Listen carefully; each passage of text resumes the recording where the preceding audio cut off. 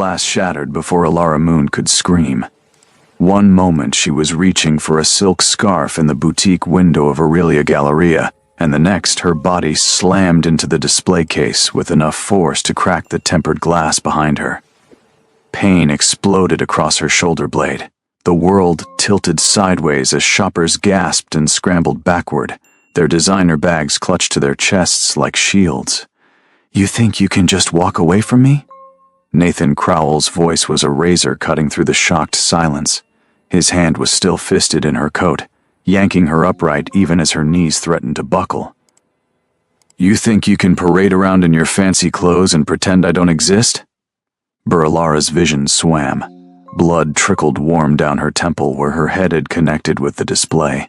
She could taste copper on her tongue, but even through the haze of pain, she recognized that voice, the voice that once whispered promises, the voice that later hissed accusations, the voice she thought she'd finally escaped. "Let go of me," she said, and her voice didn't shake. "Not this time. Not anymore." Nathan laughed, harsh and bitter. His fingers dug deeper into her arm, leaving marks she knew would purple by morning. "Let go. You destroyed my life, Alara. You ruined everything we built together, and then you ran off to marry some criminal with money. Do you know what people say about you? Do you know what they call you?" Around them, phones emerged from pockets like weapons. Camera lenses focused. Recording lights blinked red.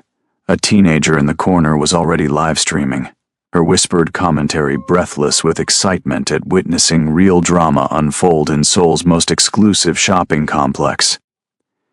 "They call you a gold digger," Nathan continued, his face inches from hers now. She could smell the alcohol on his breath, see the bloodshot veins mapping the whites of his eyes. "A social climber who'll open her legs for anyone with a black card. Was I not good enough for you? Was everything I gave you not enough?" Alara felt something crack inside her chest, but it wasn't fear. It was the last brittle shell of the woman who used to flinch at his tone, who used to apologize for things that weren't her fault, who used to believe his version of their story. "You gave me nothing," she said quietly, and the words landed like stones in still water. "You took everything and called it love." Nathan's hand drew back. For a terrible second she knew he was going to hit her.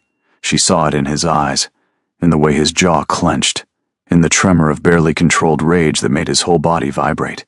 He never got the chance. Two men in dark suits materialized from the crowd like shadows gaining form.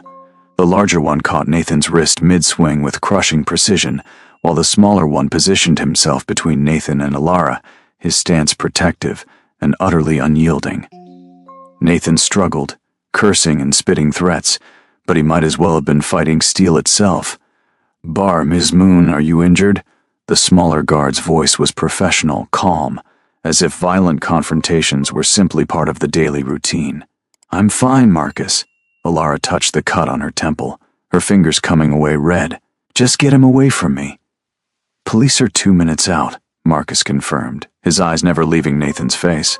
"And I've called Mr. Park." Something in Nathan's expression shifted at that name. The rage cracked just slightly, letting fear peek through underneath. "Park? Jin Park? You actually married that monster?" Alara straightened her spine despite the pain screaming through her shoulder. Blood dripped onto the marble floor in perfect crimson drops. "That monster treats me like I'm made of starlight. That monster holds me when I can't sleep. That monster would burn the world down before he'd let anyone hurt me." She stepped closer, close enough that Nathan had to look her in the eyes. "You're nothing to me now, not a memory, not a scar." Nathan's face twisted with something ugly. "You wouldn't even have a life without me. I made you, Alara. Everything you are I created. That business you're so proud of, I gave you the idea. Those connections you cherish, they were my friends first. Even the clothes on your back are because of me." "The clothes on my back are Valentino," Alara said coldly. "Paid for with money I earned from a company I built from ashes after you left me homeless and broke. The connections I cherish are people who saw me drowning and threw me a rope while you stood on the dock and pushed my head underwater. And the life I have now?" She smiled, and it was sharp enough to cut. "That's mine, every single piece of it. You get no credit for my survival." Sirens wailed in the distance, getting closer. The crowd had swelled now, forming a loose circle around the scene. Alara recognized faces from magazines, from boardrooms, from charity galas. Souls elite, all bearing witness to Nathan Crowell's public meltdown in the middle of the city's most expensive shopping district.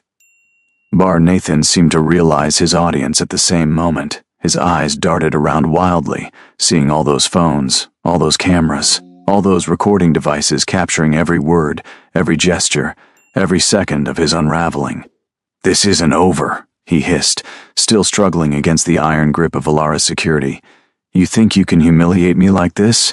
You think there won't be consequences? I'll destroy you, Alara. I'll make sure everyone knows what you really are. I'll expose every dirty secret, every lie, every manipulation. Bar Mr. Crowell." Marcus's voice cut through the tirade like a blade. "I strongly suggest you stop talking. Anything you say is being recorded and can be used as evidence in the assault and harassment charges Ms. Moon will be filing." Bar Nathan went pale. "Assault? I barely touched her." "You threw her into a glass display case," Marcus said flatly, "in front of approximately 70 witnesses. Ms. Moon is bleeding, the property is damaged, and you just threatened her life on camera." He tilted his head slightly. "Would you like to add anything else to that list, sir?" For the fight seemed to drain out of Nathan all at once. He sagged in the security guard's grip, suddenly looking smaller, older, pathetic in his wrinkled suit and scuffed shoes. The police burst through the Galleria entrance at that moment, their boots echoing against marble as they pushed through the crowd. Alara watched them approach with a strange sense of detachment, as if she were floating somewhere above her body, observing the scene from a safe distance. She watched them handcuff Nathan, watched him flinch and protest and demand his lawyer, watched him try one last time to catch her eye, to find some trace of the woman who used to love him, used to defend him, used to believe every word that came out of his mouth. Bar that woman was gone. Alara had buried her years ago in an unmarked grave, far from the wreckage Nathan had made of both their lives. Bar Ms. Moon. A police officer approached with cautious respect, the kind reserved for people married to men like Jin Park. "We'll need your statement, and you should see a medic." "A bar, of course." Alara touched her temple again, feeling the sticky warmth of blood matting in her hair. The pain was starting to throb now, insistent and sharp. "I'll cooperate fully with the investigation." "The ambulance is here," Marcus said quietly at her elbow. "Mr. Park as well." Alara's heart did something complicated in her chest. Even now, even after 2 years of marriage, the mention of Jin's name made her feel safe and terrified in equal measure. Safe because she knew he would move mountains to protect her. Terrified because she knew exactly how far he was willing to go. The crowd parted like the Red Sea as Jin Park walked through the Galleria entrance. He moved with the kind of confidence that came from owning half the city and having enough power to crush the other half without breaking a sweat. His suit was charcoal gray, perfectly tailored, making him look like he'd stepped out of a fashion magazine. But it was his face that made people step back. That made the whispers die in throats, and the cameras lower slightly in unconscious submission.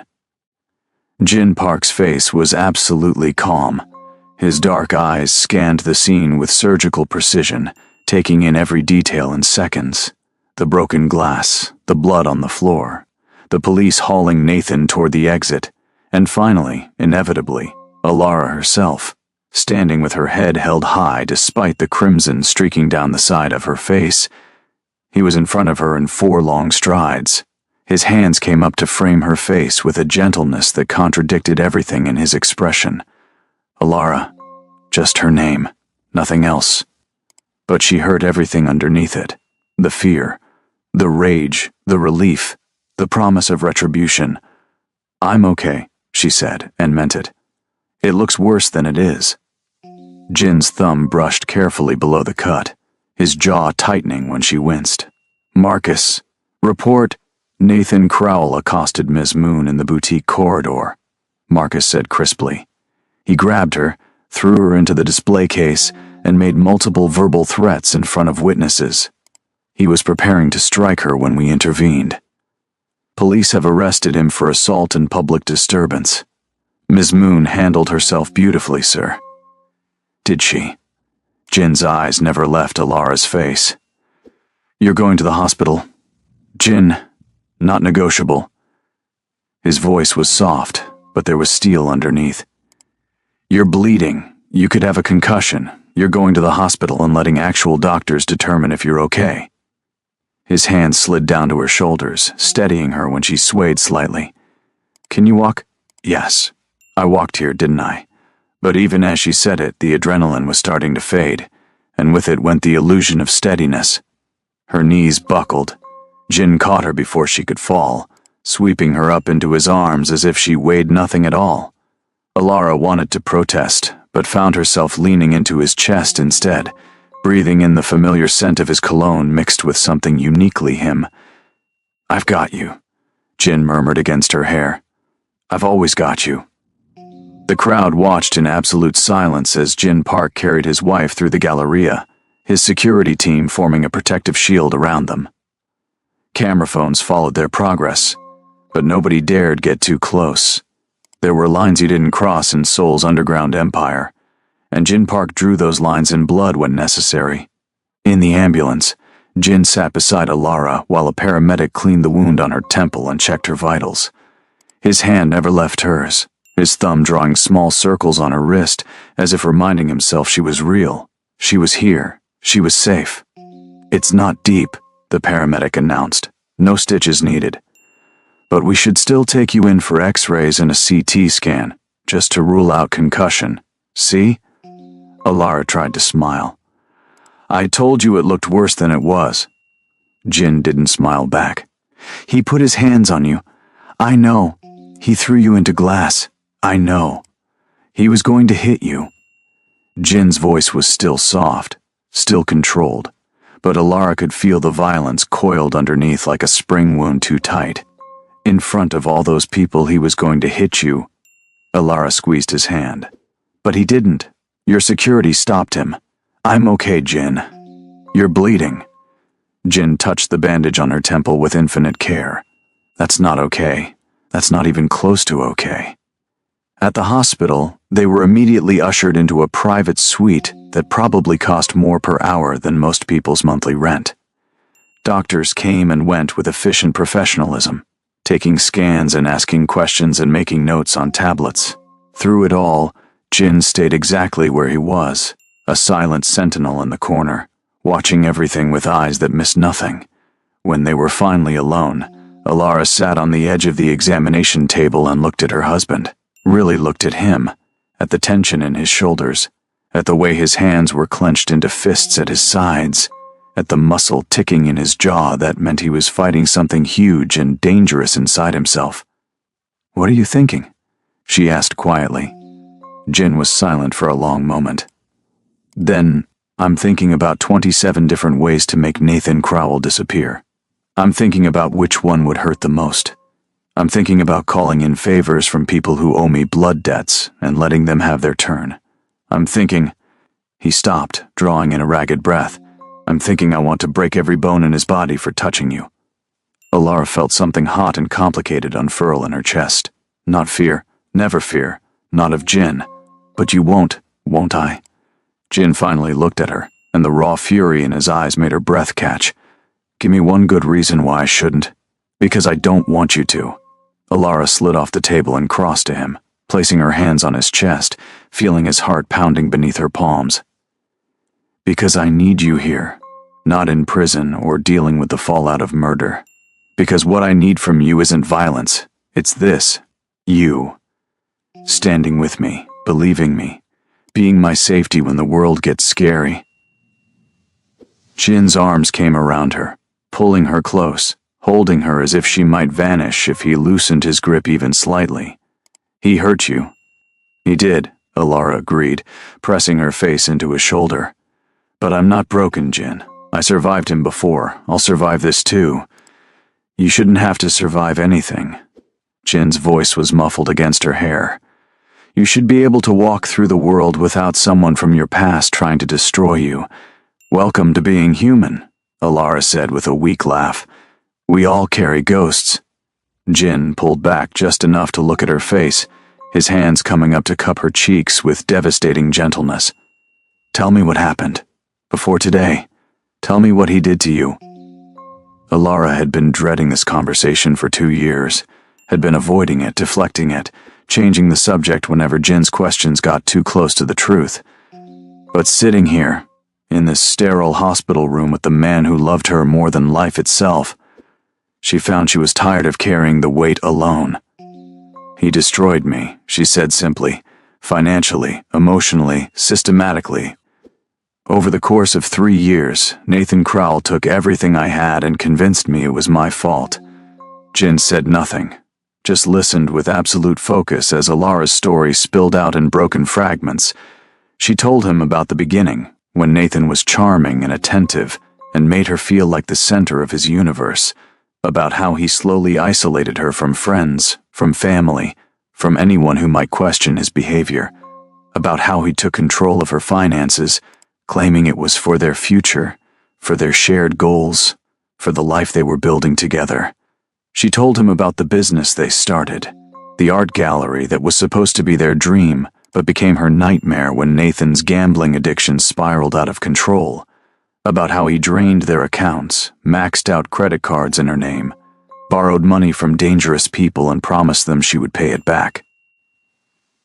She told him about the night Nathan disappeared, leaving her with 6 figures of debt, an eviction notice, and a handwritten note that blamed her for his failure.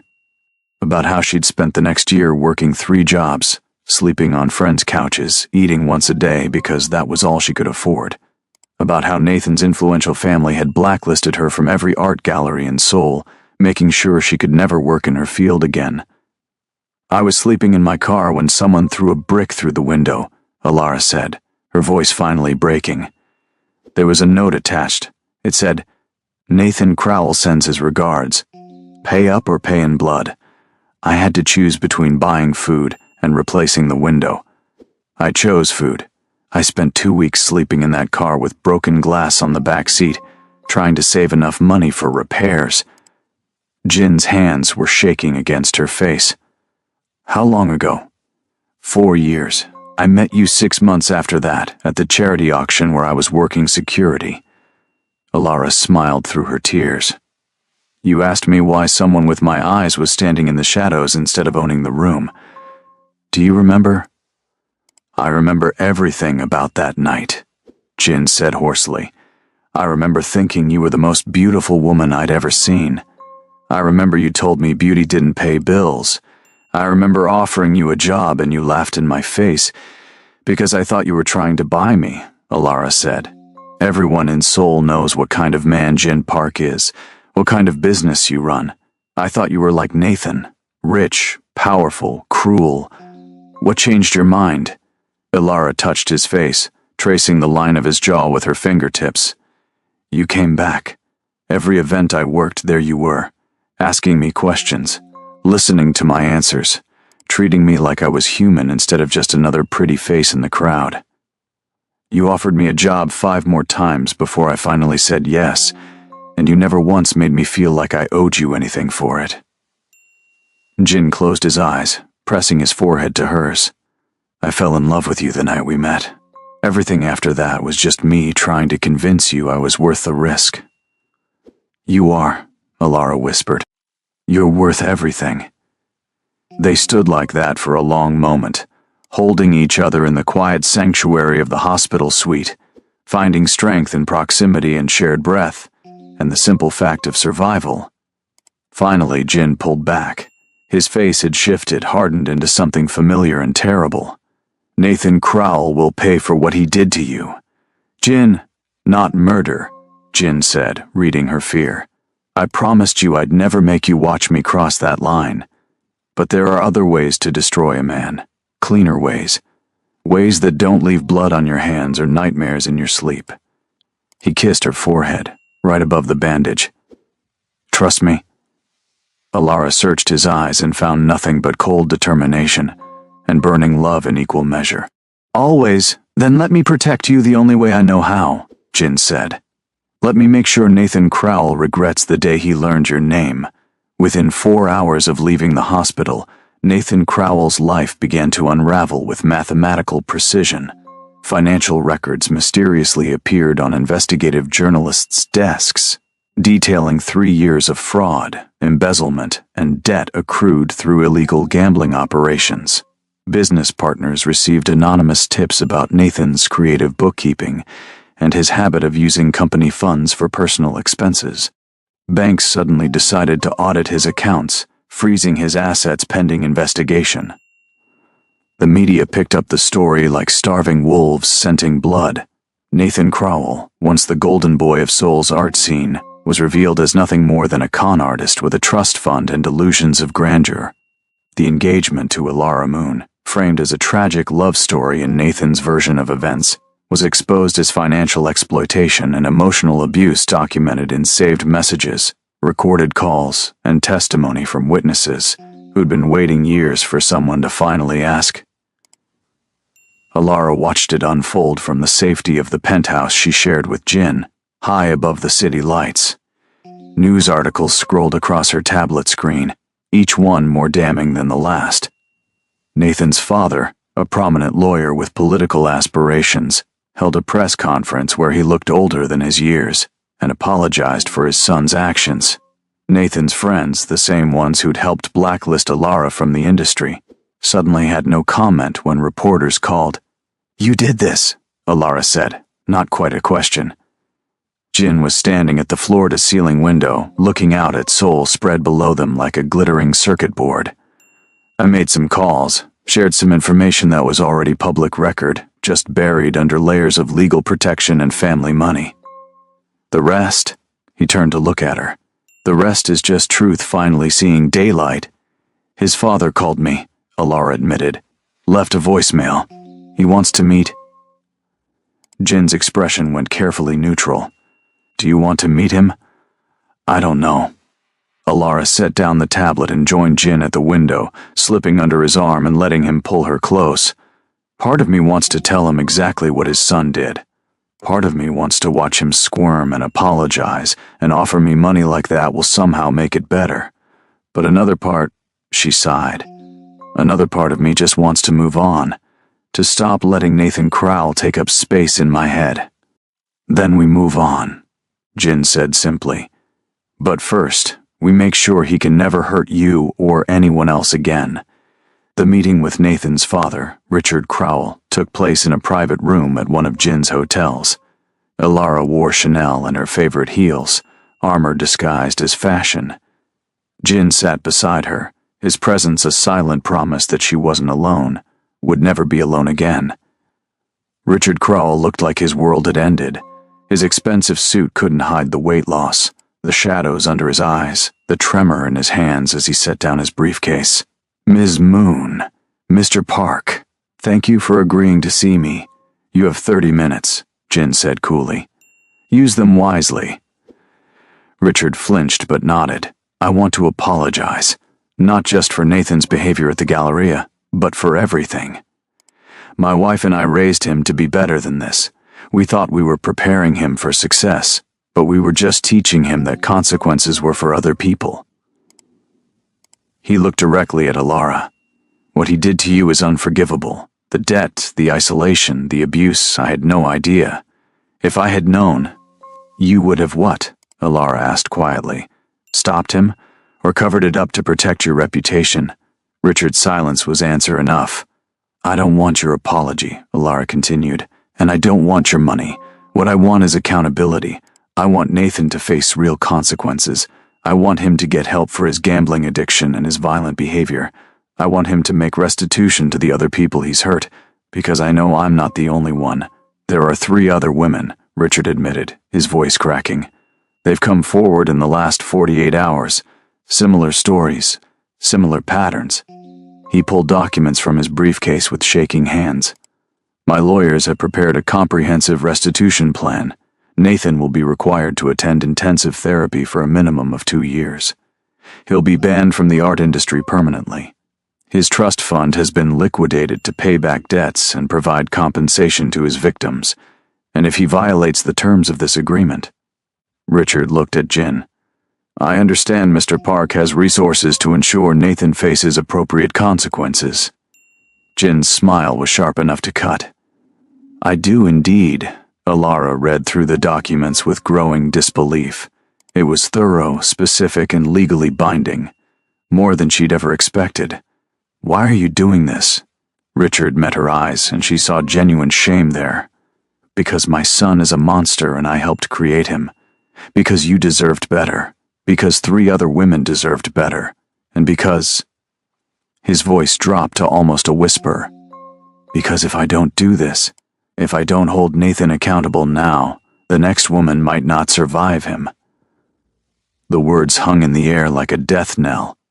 Alara thought about the brick through her car window, about Nathan's hands shoving her into glass, about the rage in his eyes that promised violence without limit. "I'll sign," she said. "On one condition. Anything." Alara leaned forward. "You establish a foundation. In your name, with your money. Dedicated to helping women escape financial abuse. You fund it. You promote it. You use your platform and your connections to make sure other women don't end up sleeping in cars with broken windows because someone they loved destroyed their life and called it romance." Richard stared at her for a long moment. Then he nodded, something like respect flickering across his face. "Consider it done." 2 weeks later, the Phoenix Path Initiative held its official launch at a downtown venue that had once housed the gallery Alara and Nathan built together. Jin had bought the building years ago and offered it to Alara for whatever she wanted. She chose this. The space was transformed, full of light and art and women who'd survived what Alara survived.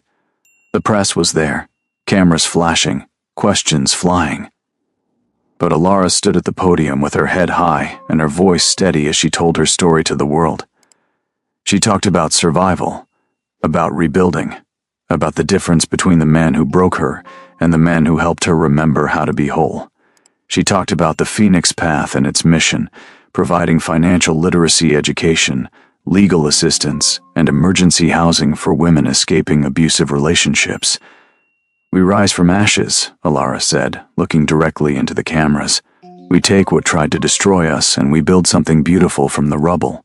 We survive, we thrive, we become phoenixes." The applause was deafening. Backstage afterward, Jin found her. He didn't say anything, just pulled her into his arms and held her while the adrenaline drained away and left her shaking. "You were magnificent," he murmured against her hair. "I was terrified," Alara admitted. "You were both." Jin pulled back to look at her face. "That's what makes it brave." That night, Alara's phone buzzed with a new message from an unknown number. She almost deleted it without reading, but something made her open it instead. The message was from Nathan. Just 2 sentences. "I'm sorry for what I did to you. I'm getting help." Alara stared at the words for a long time, feeling nothing. No anger, no satisfaction, no relief, just a profound sense of distance, as if Nathan Crowell belonged to another lifetime, another version of herself she could barely remember. She deleted the message without responding and set down her phone. Jin was watching her from across the room, questions in his eyes. "Everything okay?" "Everything's perfect," Alara said, and meant it with her whole heart. 6 months later, the Phoenix Path Initiative had helped 43 women escape dangerous relationships and rebuild their lives. The foundation Richard Crowell established had provided over $2 million in support services. Nathan Crowell was in his 7th month of court-mandated therapy and working a minimum wage job to pay restitution, his trust fund long since depleted, and his reputation thoroughly destroyed. And Alara Moonpark stood on the balcony of her penthouse, watching sunrise paint Seoul in gold and pink, feeling Jin's arms wrap around her from behind. "What are you thinking about?" Jin asked, his chin resting on her shoulder. Alara leaned back into him, into his strength and his warmth and his unwavering presence in her life. "I'm thinking about phoenixes, how they burn before they can rise, how the fire is necessary, how you can't become something new without destroying what you were." "Heavy thoughts for sunrise," Jin murmured. "Maybe." Alara turned in his arms, looking up at his face, at the man who'd seen her at her worst and chose to love her anyway. "Or maybe I'm just realizing that Nathan Crowell didn't destroy me. He tried. God, he tried so hard. But I survived him, Jin. I survived and I became something he could never touch or taint or claim as his creation. Jin's hands came up to frame her face with familiar gentleness. You survived him. I did, Alara agreed, feeling the truth of it settle into her bones like marrow. And the world is better because I did. Jin kissed her then, soft and sweet and full of promises kept and promises still to come. Around them, Soul woke up to another day, another chance, another breath of life in a city that never stopped moving. And Alara Moonpark, who'd once slept in a car with broken glass on the back seat, who'd once believed she deserved the cruelty served to her like love, who'd once thought surviving was the best she could hope for. Alara smiled against her husband's lips and felt like flying. She survived Nathan Crowell. Her husband ended him, and she rose from the ashes more beautiful and more powerful than anyone who tried to burn her could ever imagine. The Phoenix had finally come home. If you enjoyed this story of survival, strength, and second chances, please subscribe to the channel for more powerful narratives. Leave a comment below sharing your thoughts. What moment resonated most with you? And don't forget to like this video to help others find this story. Together, we rise from our ashes. Together, we become phoenixes. Thank you for watching.